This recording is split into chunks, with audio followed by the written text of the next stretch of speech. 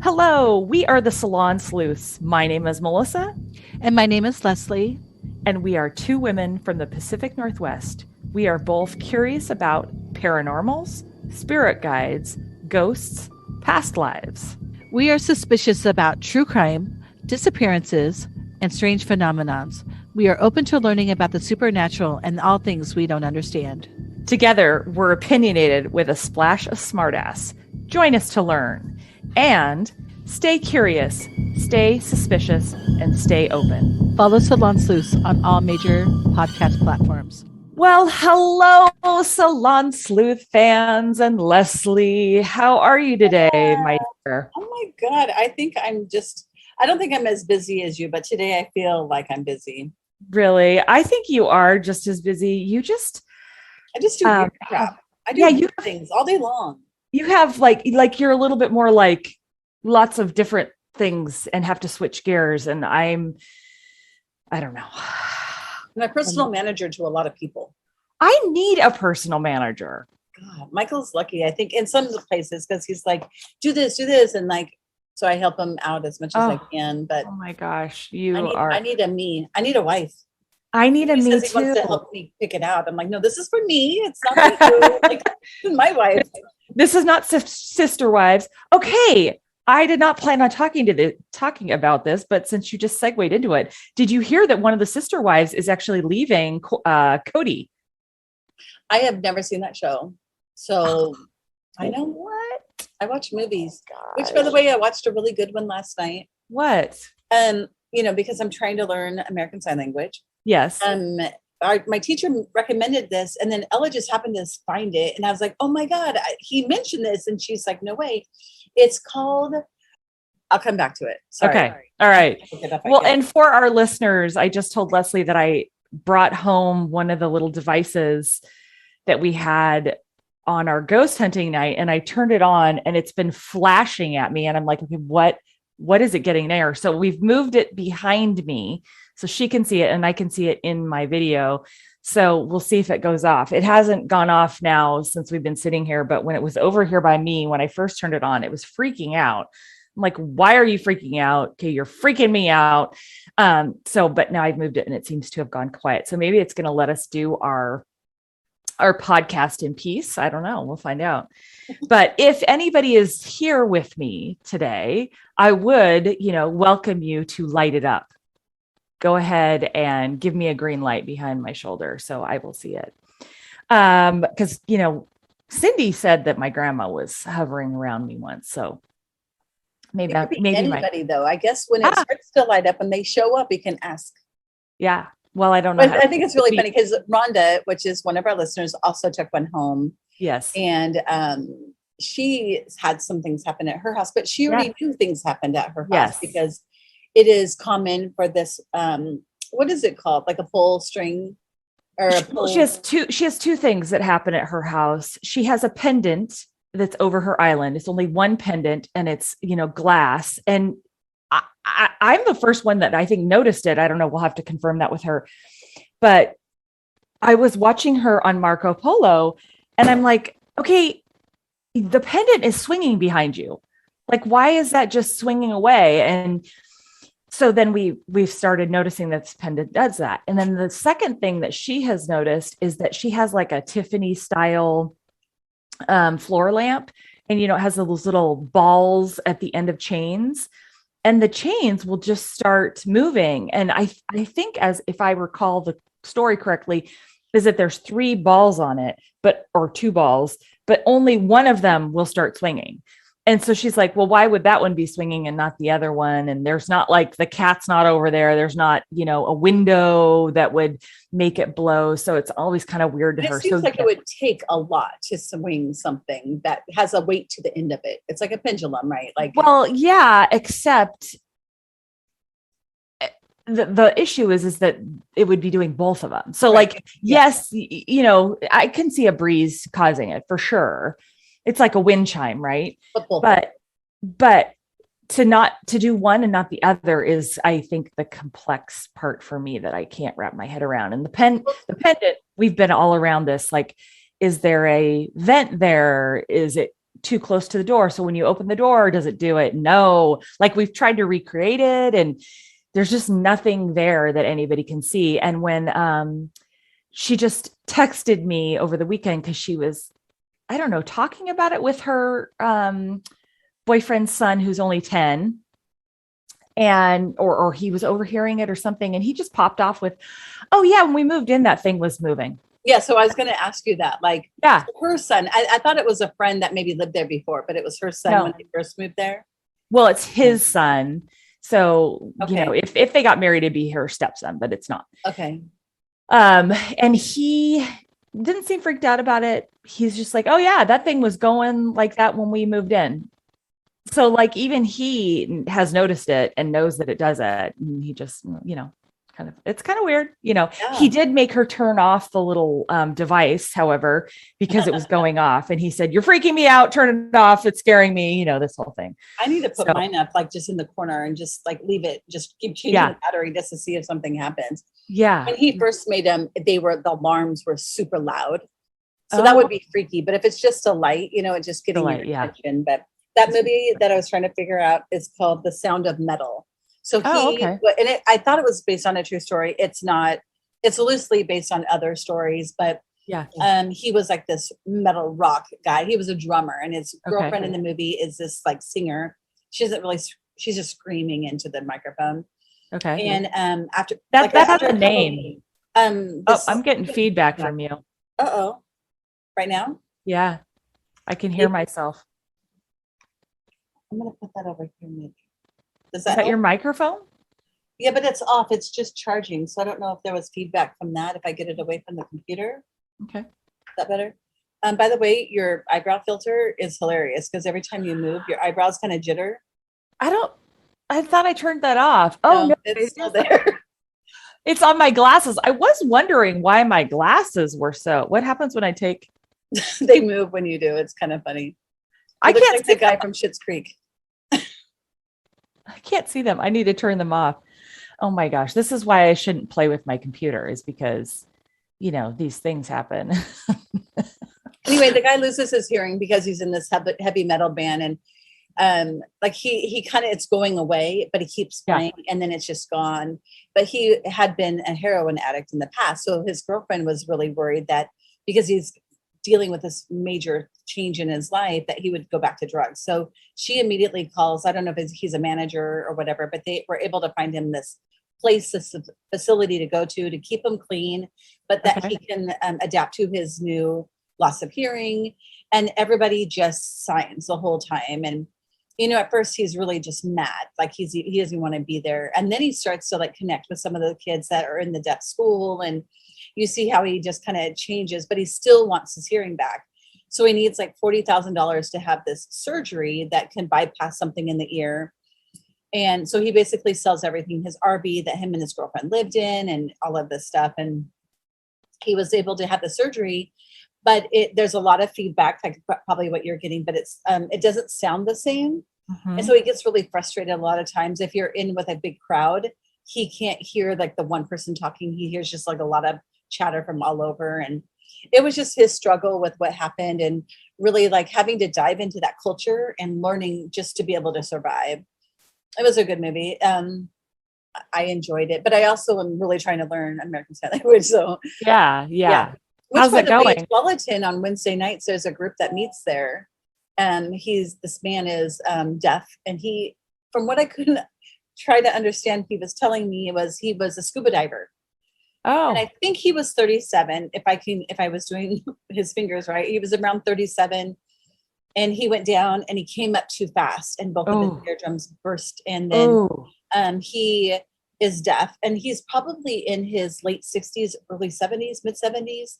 And he was very patient and very kind. And like, when they sign like that, they're like this, the word. Yes. And I'm like, and he's like, okay, and then I'm like, that's his name is Gary. Okay. And then I was like, and he's like, okay. Like very slow, and he was very kind and he was really patient. So you went? I went, and everybody else there really is way more advanced than I am. Yeah. So they're just blah, blah, blah, blah, blah. And I'm like catching a few things here, there. Like I finally got, the girl was explaining how to play the game Spoons. Okay. Yes. But it So took me a fun. while because she's doing the cards.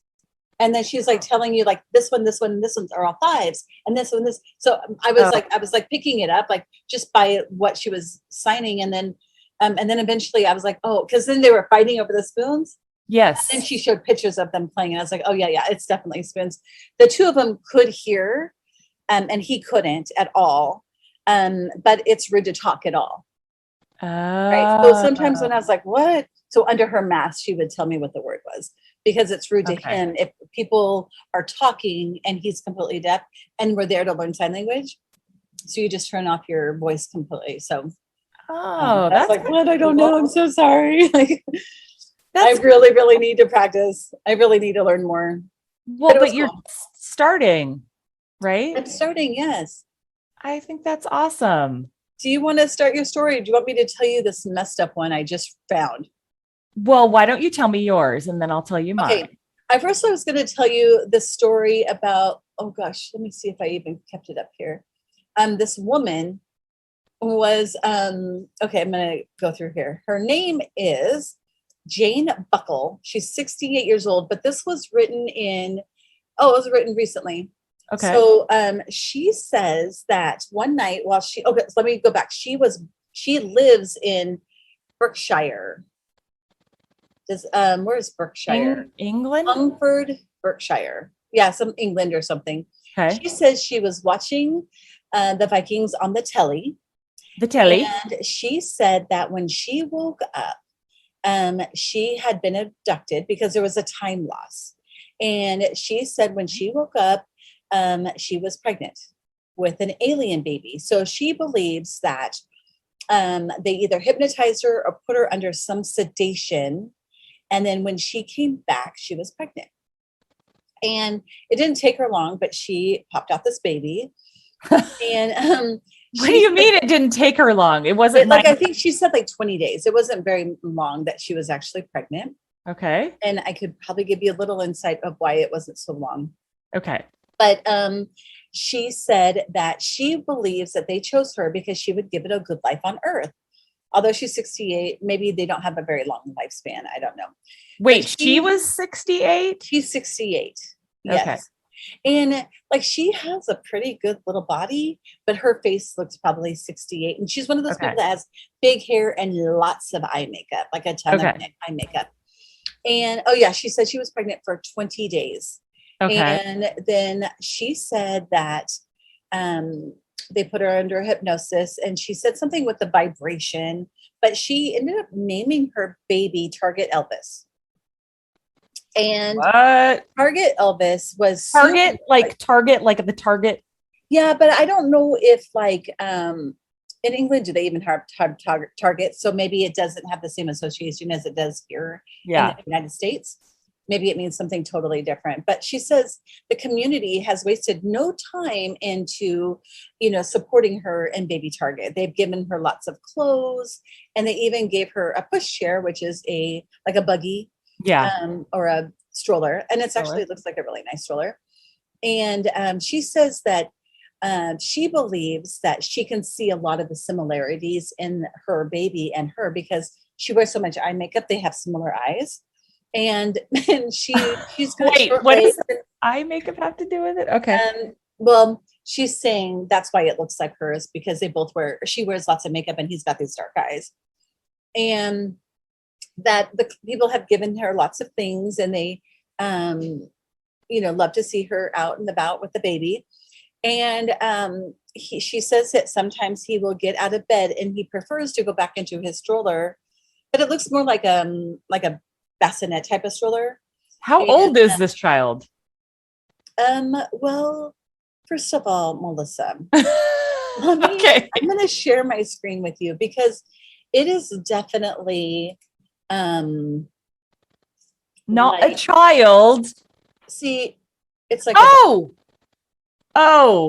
and then if we go back up here, this is her with her baby. Oh, is it a doll? There she is. Oh. And I think you can actually get these dolls now probably at Target. Oh. Yeah. So that was kind of sad. Wait, go back up. It said There she is something right about there with her her not matching being eyes. pregnant. What's that? Oh. It says something about her not being pregnant on that first picture. Go up, keep going. It says, wait, go right there under that picture of her. It says Jane Buckle, 68, explained she was not pregnant for long. Oh, before Yeah. giving Because birth.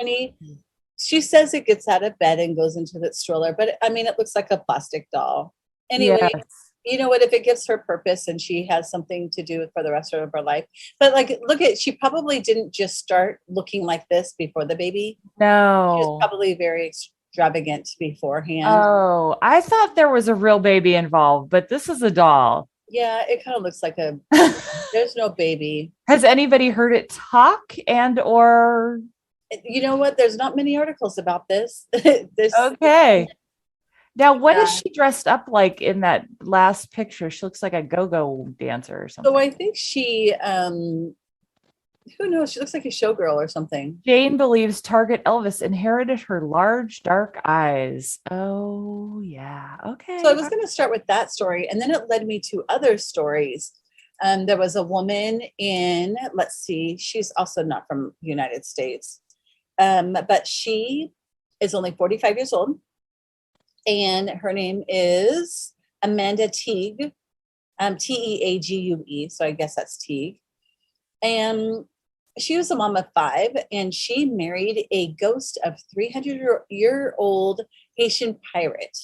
And she's had the best sex she's ever had. Arr, matey. She resembles Jack Sparrow. That's because she's having sex with herself. That's why it's the best sex of her life. Probably. Yeah.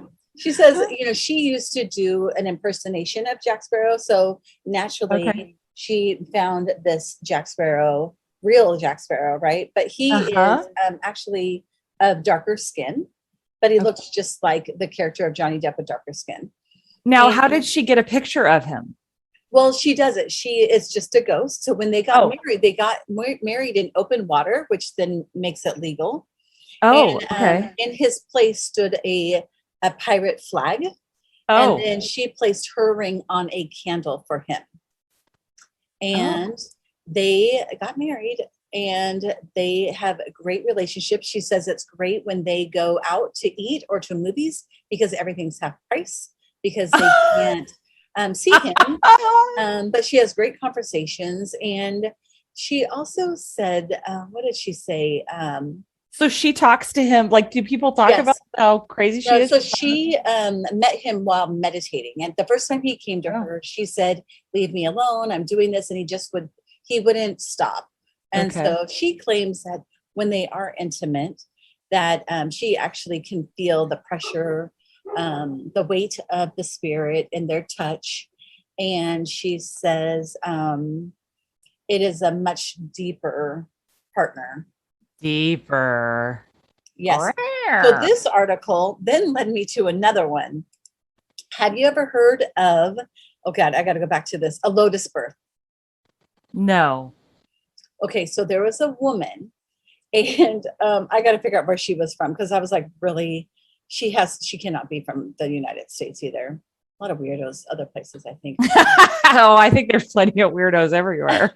So Michelle Lewis is 36 years old, and she has a partner, Edward, who's 34 years old. Okay. And a lot of times, I guess, if you have a Lotus birth, that means you don't cut the umbilical cord when you have a baby. Dear. Naturally fall off, right? Oh dear. So she had this not okay, to her baby for 5 days before it fell off. The average is 3 to 7 days. Hers took 5 days. They actually named it Alice. And they they named the extension the umbilical cord? And they named the placenta that was attached. Oh, yes. Okay. And so they kept it until it naturally separated from the belly button. Okay. But they preserved it. They put it like in maybe a pan or a dish next to it. Okay. And they kept what did they put on it? It was kind of like, they dried herbs. They washed it every day.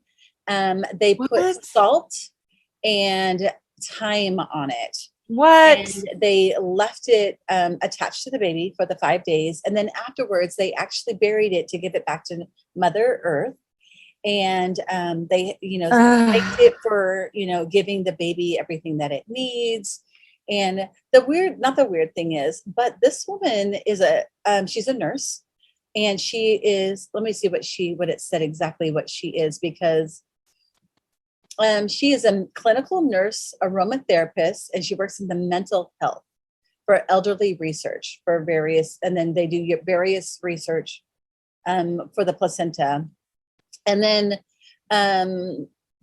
her son is a boy, but the placenta, they named it the girl. And let's see, I'm going to share my screen because it looks like an old steak. Oh, yeah. Oh, she's going to keep the umbilical cord to do some art with it. I did want to mention, sorry, I didn't mention this earlier, but the alien baby. Yeah. She, that baby wasn't a boy or a girl. It was both. Okay. How do I share my, here, share screen. Does she say that the alien baby talks or she didn't say anything. She says it got out. Can you see the placenta? Oh, yeah. Oh, yeah. That's disgusting. She said, she had a doula. And here's another thing that I never thought people actually do, but does the husband actually get in the water with the wife? Well, clearly they do, but they did it all. Seconds after the baby is nursing. That's impressive. They just stick it right up there. And then here's the bowl with all the herbs. Oh, why the herbs? Are they going to eat it? Because I have heard of people eating it. I don't think this cord looks pretty white. Like there's nothing in there. Yeah, no. But if it was feeding the baby, is it good to have like kosher salt and thyme and all that stuff? It's going to the strange. It's kind of strange that you would bring this up, because I just read like one of the myths about childbirth is that you need to cut the cord. Because I always heard that if you didn't cut the cord, you'd bleed to death, right? I thought it was that so the baby would breathe on its own. No, apparently it's totally unnecessary to do, other than it's attached to you. Yeah. I guess maybe a complication, the mom could bleed out of it or whatever. But I was reading that the baby starts breathing on its own and it's of no use to the baby after it's born. So I don't think the baby's not getting any nutrients from it anymore. Maybe they just cut it so that they can move the baby away, and then the mom can get rid of the placenta. Like got to get that out, right? Carry around a placenta, and maybe they did that in the old time. Did they cut it like in the 1800s? I mean, what's the salt and the sage? Is that to flavor it, or is that to like? Well, because they believe it was still giving the baby nutrients and things that it needed before it fell off. And she said it also kept the smell down. Oh dear. Oh, imagine a steak out for 5 days. Oh, stop. But they wash it every day. Stop. When I cook steak and I have the little foam thing that you leave out, and if you don't throw it right away and you open it next morning, you're like, oh. Yeah. Well, it's like a bloody pad. I mean, this is just blood, people. Oh, yeah. Okay. She didn't feel like it was right to eat it, she said. She felt like it wasn't right. Or was it? Okay. No, okay. She felt like she needed to give it back to the earth. So they did bury it near like his grandma's tree or something. I do feel like this is something your mother would have been all into. My dad, my mom. My mom wasn't that way. My dad was. Oh, okay. Yeah. And that could have been part of the problem.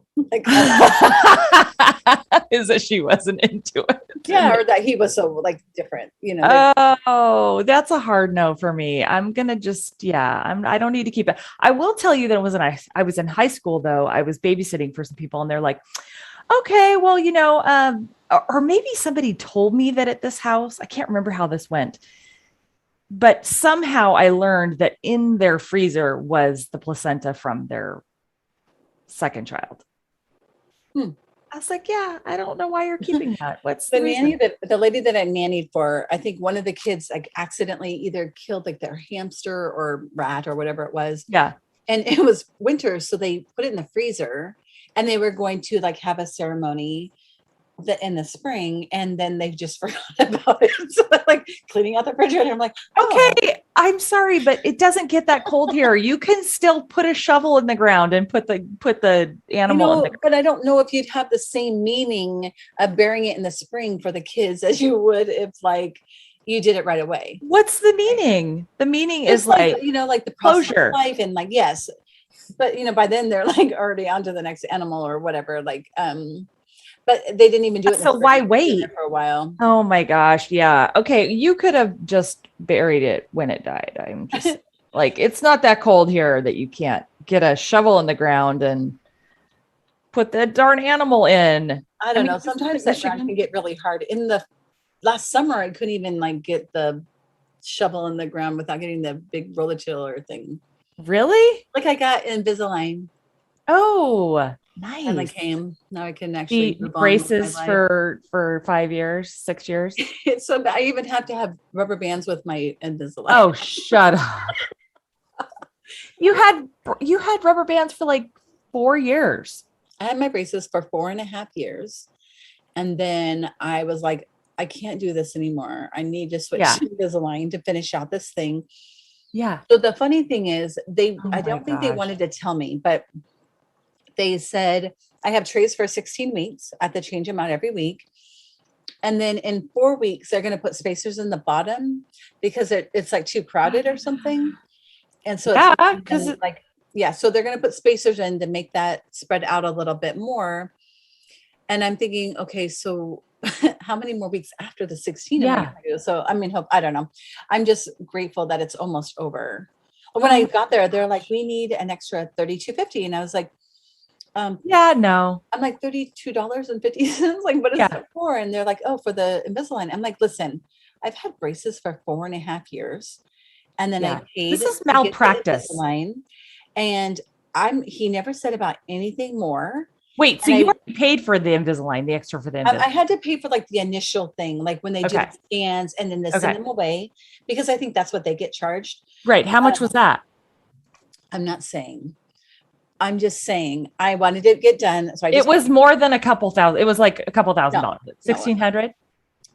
It was under $1,500. Okay. That's fine. Anyway, so, but when I go in there and they're telling me I owe like another 32, I was like, no, I would have never taken the braces off if you're going to charge me that. And in fact, if my Invisalign is more than 6 months, I'm going to request my braces money back. Yes.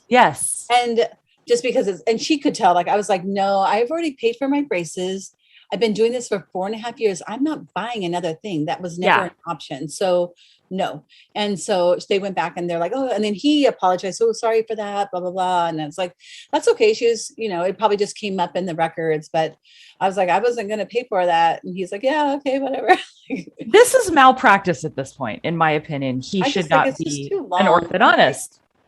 Well, and it could have been my original orthodontist who pulled some teeth to make room. And then this other guy might have done it differently. And now they're trying to but honestly. Yeah, no. Yeah. Okay. No. Okay. Yeah, you are. And I'm going to give you the hard pass on this one. Okay. And whatever. I was just trying to make myself feel better. Well, you're very kind to have paid for the Invisalign. I think I'm just saying, if it's much longer, I'm just going to ask for that other money for the braces back. Right. I'm just like, yeah.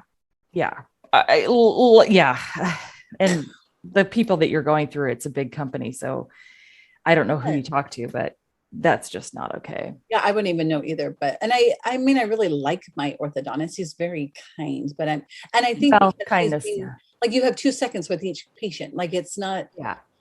Anyway. Yeah. And I feel like with Invisalign, it's actually like a computer-based program. Correct. That brings all of this. So I feel like that machine is knowing how to move everything. Correct. Where he's got 2 minutes to decide on something that's going to take me, 2 months to come back. Well, and also they know the end game. So like they've already got it mapped up. They know how long it's going to take, and they should be able to tell you, your orthodontist. They said they had the trays for 16 weeks, but they're just going to reevaluate or something. I don't know. They redo, but they know approximately it's going to be X amount of time. Yeah. And maybe they just, they'll just get a new set. Basically they do they see how well your teeth are moving, and then they do the next trays based on how well you moved the first set. Mhm. But they have an approximation already of how long it's going to take. And Did it you may do be off. Invisalign? Yes, I did. Like I have a habit of like putting them in and then trying to suck the air or the Oh, stuff out of it. So my tongue is super sore and I don't even realize I'm doing it. So whatever, it's my own. Whatever. Well, the only thing for me, are you having any soreness? Because when I'd get it was like every other tray would be really, really tight, and that would be sore. So I'd take some Advil. It's only Friday. I've only had these since Tuesday, and just today, like I don't actually have to take something. Okay. So it doesn't hurt. They actually feel totally fine, but I'm also not wearing the rubber bands currently. Okay. But it probably takes a few days, and then they hurt for the first. But then if for some reason it was the next set of trays didn't really hurt, but then the next set of trays really hurt. Okay. I don't know what that was about, but yeah, I kind of experienced that. Yeah. Well, so we have had a lot going on, and I just was really struggling with what story to tell. So I decided to tell you a story today about a solved cold case. Oh, good. And it's one of those cases that is from the DNA. And I know we've said it here before, and I'll say it again, is one of the greatest, I think, modern inventions is able to go back and solve some of the cold cases that happened so long ago. So this one actually happened in Iowa. Michelle Martinko, she was born on October 6th of 1961. And in 1978, she was a gorgeous 18-year-old girl, and she went to the local brand new mall. And it was like an indoor, kind of like a Washington Square. It was kind of when they first started doing those. And she went to she lived in Cedar Rapids. And I couldn't tell where the mall was exactly in Cedar Rapids, but anyways, it was this brand new mall. And she went with $180 in her purse, which I was like, oh my gosh, this is a lot of money. And she was going for Christmas presents because it was close to Christmas. And she saw a friend of hers from high school at a local store in the mall as, her night was ending. And he actually walked her to the mall door, and she put on her hat because it was really, really cold. And she left the mall. And that was the last he would see of her. He went back and finished his shift. And at 4:30 in the morning, she was found by police dead in her car. She still had the $180, and she was stabbed multiple times and wounded from fighting back, and she was dead. And this case obviously went years and years and years.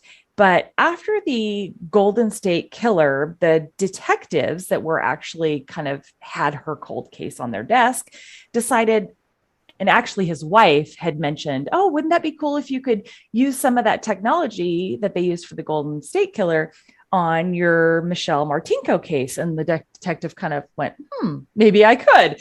And so they actually had some DNA from her dress and the car. So he took it to the company that could do this kind of thing. And they actually were able to get a hit of a family member to this person in the state of Washington.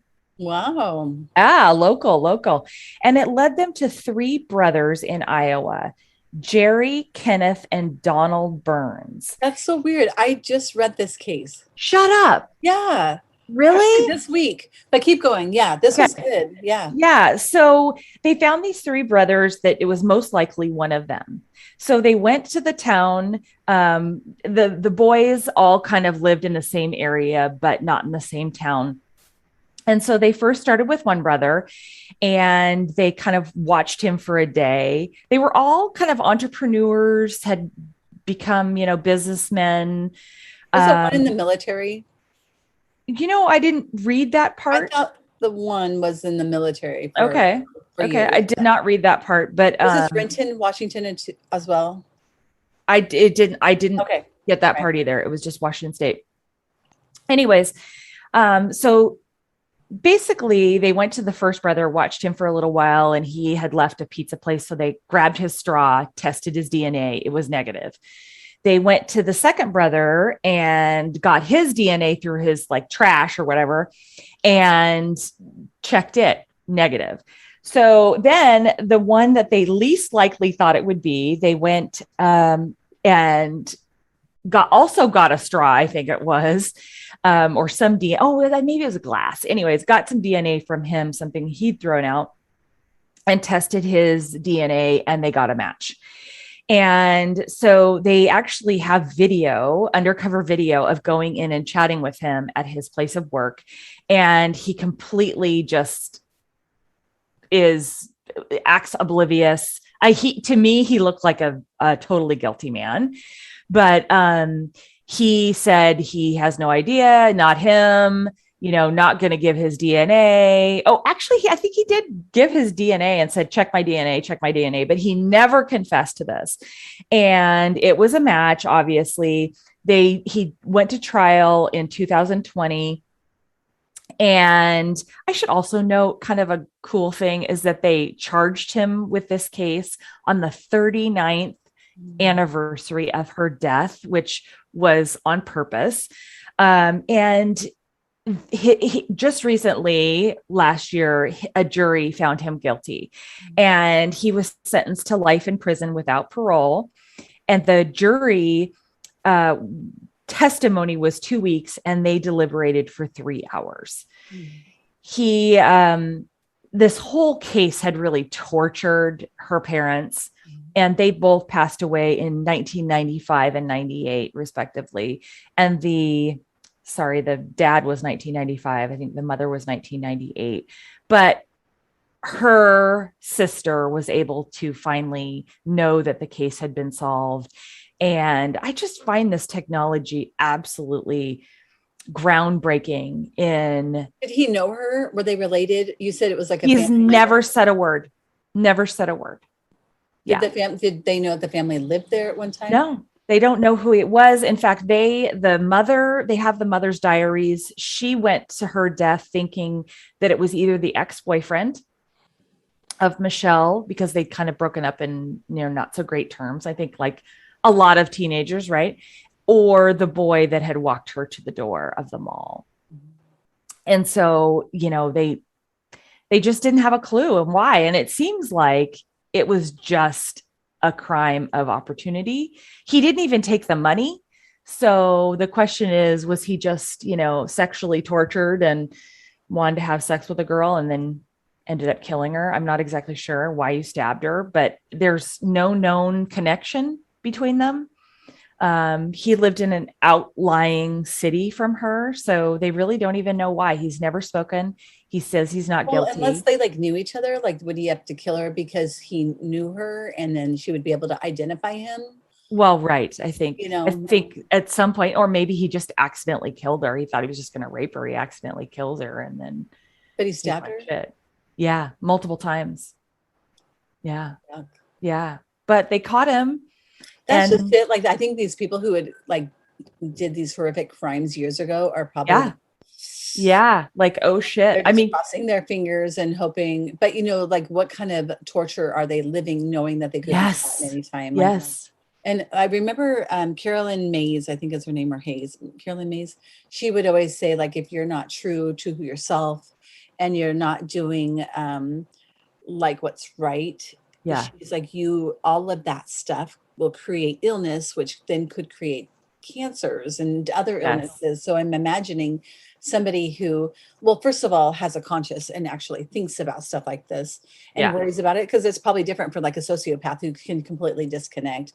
Correct. But over time, you feel like it's probably years that you don't even think about it. Yeah. And then there's probably times that things come up where you're on guard. And now with this whole DNA, I bet some of these people are actually making themselves very sick. They're getting all kinds of illnesses because they're just carrying on this guilt and not, Well, and the video of him, they come in and they're like, well, we're, working on a cold case. And he's like, oh, and he's like, and we have reason to believe that, you are the killer. And he's like, why is that?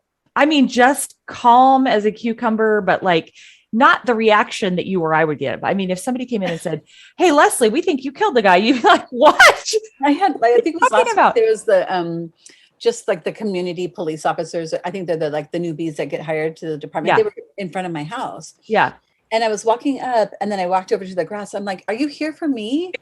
And he goes, "Should we be?" And I said, "Well, I don't think so, but I have 4 kids." Like, and he's like, "No, this guy's hired." And I'm just showing him the local parks. And I was like, "Oh, okay." Like, Don't scare me like I that. saw beer by my door. I'm assuming you didn't leave that. And they laughed. And, but I was like, I felt weird just having them in front of my house. Like, and I'm like, "Oh God, what are they doing here?" And what did my kids do? Why are they there? Right. Yeah. So if somebody came to me and wanted my DNA, they thought I'd be like, "Wait a minute, where was this thing? Who was the person? What do you think? Like, what makes you think it's me?" Like, I'd be asking all kinds of questions. Right. And I'd be like, "I need an attorney first." Like, And you'd be immediately shocked. This guy didn't look shocked. Yeah. He didn't look alarmed. He looked just like, "Oh, why is that? Oh." And then they were like, "Why did you do this? We already have your DNA from, trash and blah, blah, blah." And he's like, check the DNA. That was all his He's probably just hoping that it wasn't like it. I don't know. Like it. I don't know. It was weird. Like, I don't know. I did see another case because I was reading a bunch that were like just recently, they just solved them. Yeah. Right? And there was another one where the 3 brothers, and they assumed that they were able to rule out these couple other ones. And then this other one, and I think I might be getting confused with the Army one with the other case. But when I think they went to go arrest him, it was like he had committed suicide at that point. Oh. But, I might have been confused with that case when it comes to the whole Army part of it. Well, I think that we've done other cases where there were brothers and they had to figure out which of the brothers had done it. So I feel like I've heard stories before too about, they narrowed it down to brothers. Yeah. So that wouldn't surprise me that there's, more of that. But I saw a case once where this guy was just looking at Google Maps in his area. And he said, I think his house backed up to this lake or this river or something. And on Google Maps, he could see that there was something submerged in the water, but from the land, you couldn't see it. And so I think he ended up calling the authorities or whatever, and they were able to pull out a car, and it was a cold case. So I was thinking some of our things that, like, I think when couples go missing and it was a late night of partying, we can maybe assume that they went off into the water. Like maybe we need to research some of those and look at Google Maps and see if we can see some of that. So do you remember the missing bridesmaid? Yes. So when I was researching that, and if you go on, you can find people that are in the comment section that are like, "Hey, I've, found this Google Maps of the river, and I'm looking at this, and this looks like something." Yeah. And there are people that are doing that. Yeah. And that are looking at that stuff. And I think even one was like a YouTuber. Yeah. That was following the case and saying, look at these spots. But I think that's, I just don't know with Google Maps. I guess you'd have to go Google Live. Earth. Yeah. Google Earth Live. Right. Because Google Maps is version of that. Like, yes, I think because you'd want it to be updating, like current. I was reading or listening to something today that said now is a good time to actually find missing. I was looking into summer wells, and I'm not going to tell you about the case because I am going to research it, but I was looking into researching it. Was there any updates on that? No, but they are still searching. And the guy was saying, look, this is a good time to be searching because the leaves are dropping and some things are changing. The waters are a little bit lower than they will be, and it's before the snow. I don't know how the leaves dropping is a good thing because I think I don't know, but I guess because the bushes aren't full, you can see kind of in the bushes, but you still have all those leaves. But they're using cadaver dogs, so they are searching for her. I don't know that one. I think that the parents aren't like the most upstanding Norman Rockwell kind of parents, but I'm just not sure on that one. So anyways, I got to do some research because as soon as I assume or think something, it's Yeah. I mean, just because they're not wealthy and not maybe this picture of upstanding, ideal They were parents. probably like kids like we were back when we were kids, where you just roamed everywhere and you went and played in the woods and you didn't worry about, connecting on your phone and like knowing exactly where everybody is at every time. Like there would be hours when I was young that my parents had no idea where I was. But as long as I was home before that light came on, then we were fine. And then even after the light was on, I could still be close by and play kick the can or whatever it was that we would play. But they don't play like that anymore. Right. But I think in some of these rural areas, they do. And there's a lot of judgment about those parents that let those kids do that. And I don't think that's fair. No, I don't think that means that they're bad parents. I think that, they have, and I'm not even going to call them old fashioned values, but that's the only way I can think of saying it, because I'm old, is just saying it's an older way of life that we used to be able to have. Like we live in a suburban area and people on general don't do that.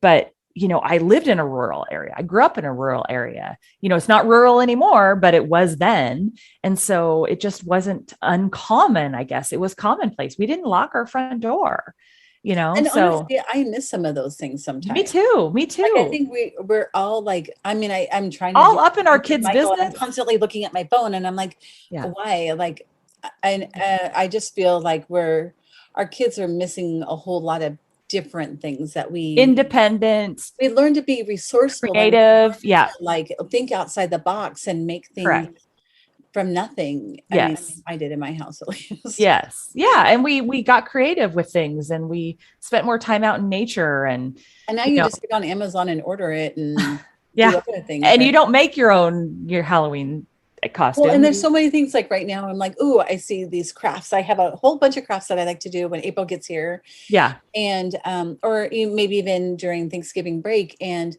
part of me is like, okay, and Lucy's like, that looks like a lot of work. Well, but years ago that wouldn't have been.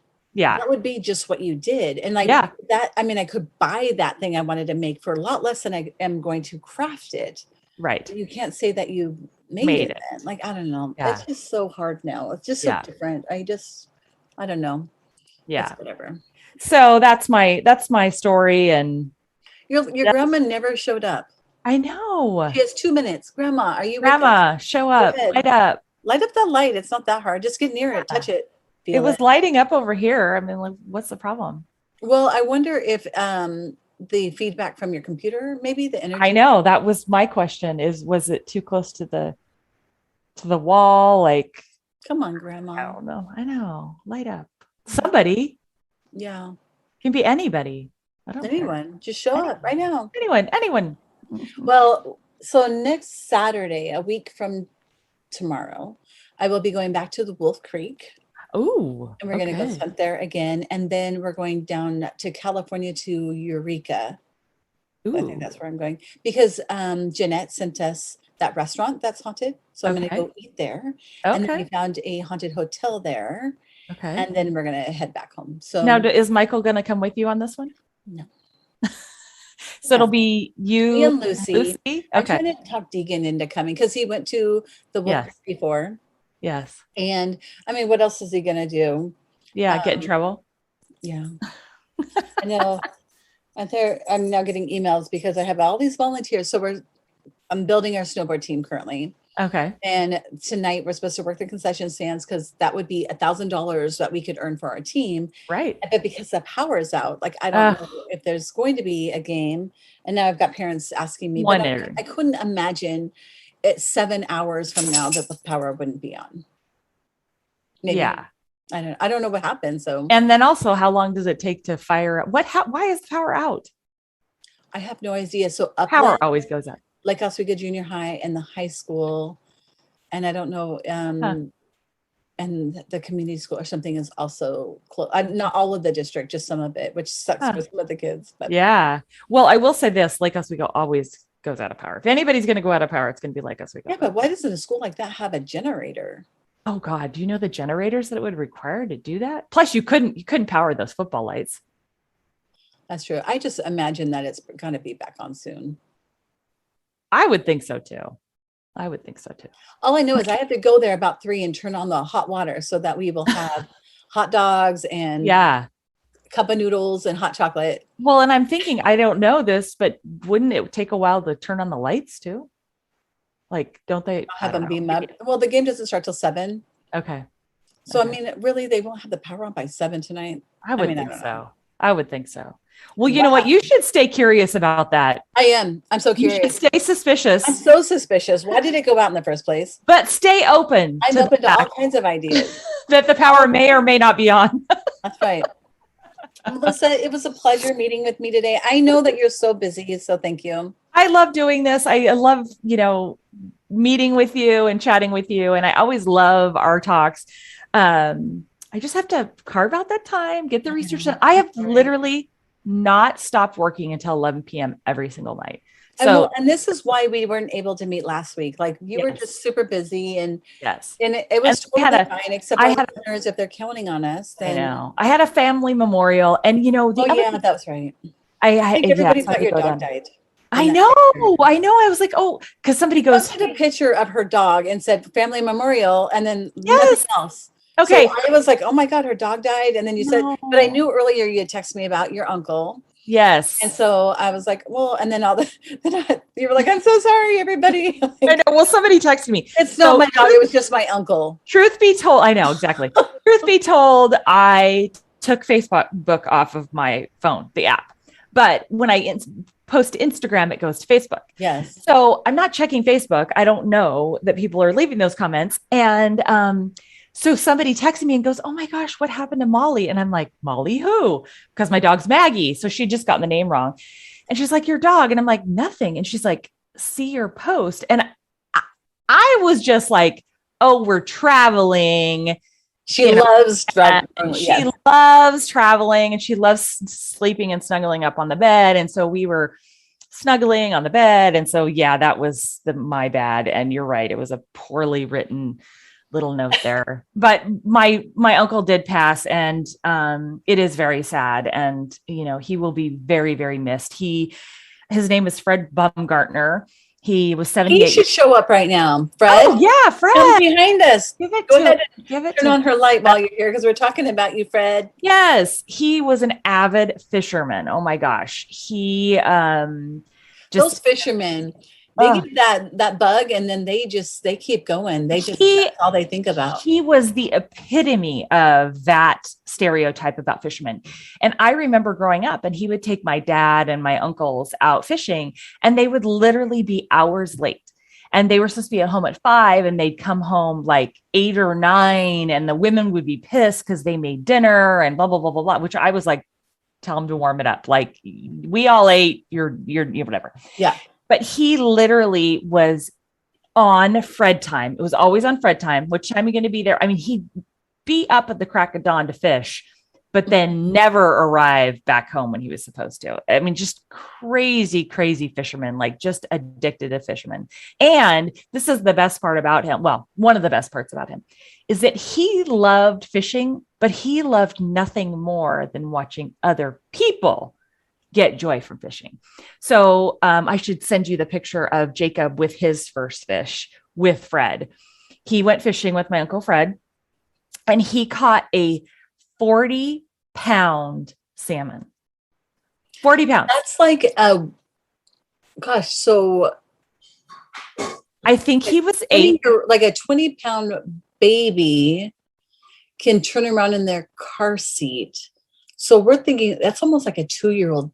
It was as tall as he was. I have a picture where the fish from tip to tail was as tall as Jacob was. I think Jacob was like maybe 9 or 10. I can't remember. And when he got it on the line, my uncle looked at my husband and said, don't you dare pull that in for him.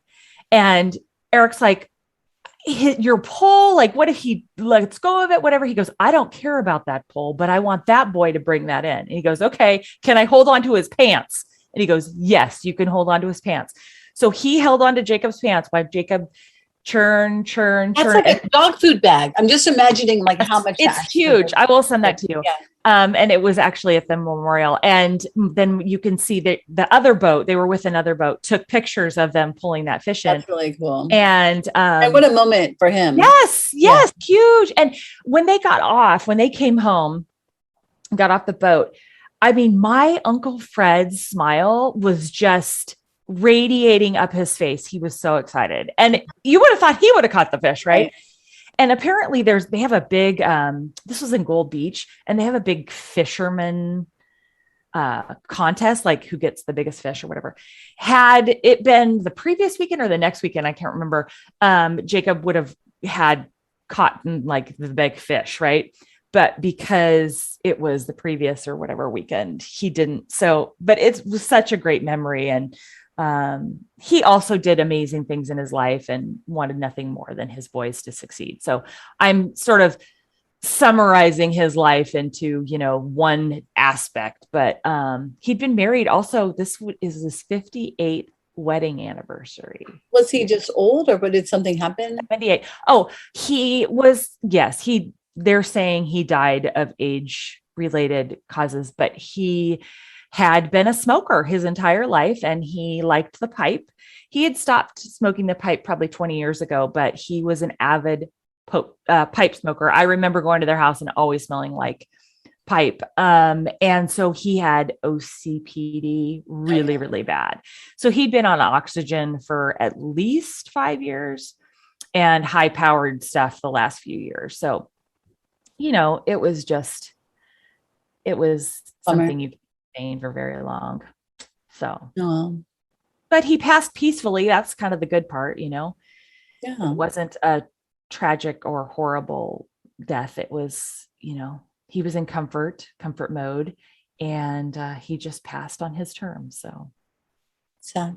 Yeah. Very sad. You had your opportunity. Life. I don't know about you, but your aunts and uncles, sometimes you don't know their previous life. Like you only know them from your perspective and what you remember of them. But, hearing all the stories and hearing about, I didn't know that, I can't believe this. I didn't know that he was a volunteer fireman for the rural area that he lived in. And I didn't know a lot of the things about his beginnings. I didn't know also that my aunt and he had met in high school. I did know that part, but that they had actually gotten married in 1961 and then had left Hillsborough, their hometown, in 1963. So they really hadn't lived here in Portland for a long, long, long time. And I guess I hadn't put all those dates together and didn't kind of know all that stuff. So I want to tell you one last thing. Goes for the kid. Yeah. Well, I was really hoping Fred will still show up. Okay. So, my neighbors across the way, remember we went and go sunned it out at their house and there was nothing. Yes. And you have that weird picture of the outside of their house. Yeah. And I don't know. That could just be a weird picture. I just thought it was really weird, but she said, "How are you, friend? We wanted to tell you that we've had some major Diane activity recently. Sorry, they said lately. I don't know why I keep changing the word. And Diane used to live in that house, and she ended up dying, passing away, but she died at a hospital, but she loved that house. She was an amazing cook.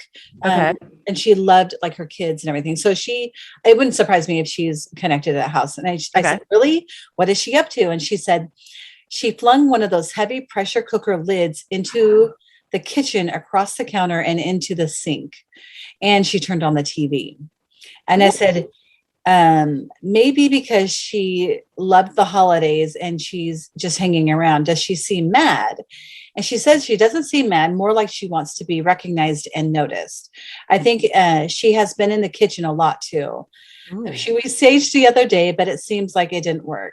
I go, she was an amazing cook and she died right before Christmas. And she says, that makes sense. Was she nice? And I said, yes, very. I go, you would have loved her. And so I said, let me know if there's a time where I can come over and investigate. But I just thought that was interesting. And especially because we're moving into the holidays, no wonder she's in the kitchen trying to work and people are messing. And so does she know that she's dead? Is she in a different does it look like we look? And she thinks she's in there cooking. Yeah, I don't know. Her family's not there. Like, is she by herself? Like, I mean, or I think this is all the things we want to know, right?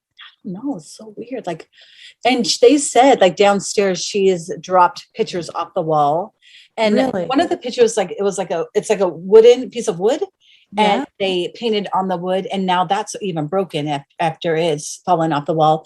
There was a picture that was not just on the floor, like if it drops, it would just hit the floor, but it was across the room. Does she not like these said pictures? Like, well, that's what I said. I go, what are they pictures of? And they said they're just like pictures of like Mount Hood, or it's like a scene on there. And I was like, yeah. So maybe she's just trying to be noticed or something. I don't know. But I was like, ooh, that's kind of interesting and cool. Interesting. Yeah, she was only like, I think 50 when she died. So whoa, why? Yeah. Why'd she die? Well, she was a heavy drinker.